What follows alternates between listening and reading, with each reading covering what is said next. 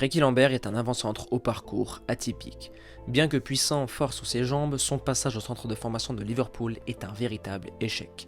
Il lui est annoncé d'ailleurs qu'il n'a pas le niveau pour devenir footballeur professionnel. Pourtant, en août 1998, à l'âge de 16 ans, Lambert signe un contrat avec le club de Blackpool qui évolue à l'époque en 3ème division. Il lui faut attendre la saison 99-2000 pour participer à un match de championnat. Il en dispute 3 en tant que remplaçant, mais en novembre 2000, son contrat n'est pas renouvelé et il reste 4 mois sans club. Un an plus tard, en mars 2001, il est contacté par Macclesfield Town, club de 4ème division. Lors de sa première saison avec le club, il ne joue que 9 matchs. Mais dès la saison suivante, il joue plus régulièrement et inscrit 10 buts en 40 matchs. Gagnant seulement 250 € par semaine, il travaille en parallèle dans une usine de conditionnement de betteraves pour une petite trentaine d'euros la journée afin de compléter ses revenus. En novembre 2002, il signe un contrat pour Stockport County, club de 4ème division. Il reste dans ce club jusqu'en février 2005, date à laquelle il rejoint Rochdale, club qui évolue dans la même division. Lors de la saison 2005-2006, il marque 22 buts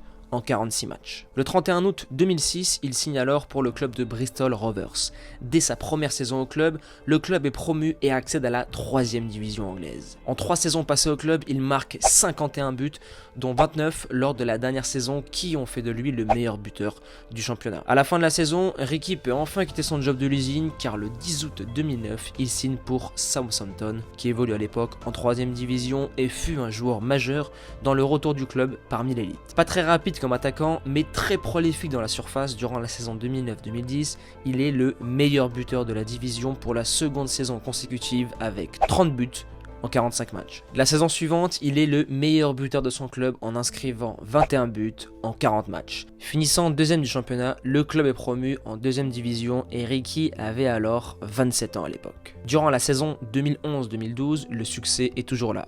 Il marque pour son club de Southampton en Championships avec 27 réalisations, devenant le meilleur buteur de championnat dès sa première saison dans l'élite. Il réalise notamment 4 triplés cette saison-là contre Nottingham Forest, Brighton, Watford ou encore Millwall. Sa progression est remarquable et surtout remarquée, puisque le 11 mars 2012, il est nommé joueur de l'année en Championships. Southampton termine 2ème à l'issue de la saison et Ricky Lambert accède enfin à la Premier League, 15 ans après son échec au centre de formation de Liverpool. À 30 ans, il découvre l'élite des championnats anglais et marque 14 buts dès sa première saison. Le 2 juin 2014, Ricky signe à Liverpool pour 2 saisons et fait son grand retour dans son club formateur, mais il ne réussit pas à s'imposer dans l'équipe de Brendan Rodgers qui réalise une mauvaise saison avec une 6ème place. Le 31 juillet 2015, il est transféré à West Bromwich, puis mis un terme à sa carrière le 2 octobre 2017 à l'âge de 35 ans alors qu'il évolue en Championships avec le club de Cardiff City. Pour conclure cette success story, Ricky Lambert est un cas similaire à Jamie Vardy.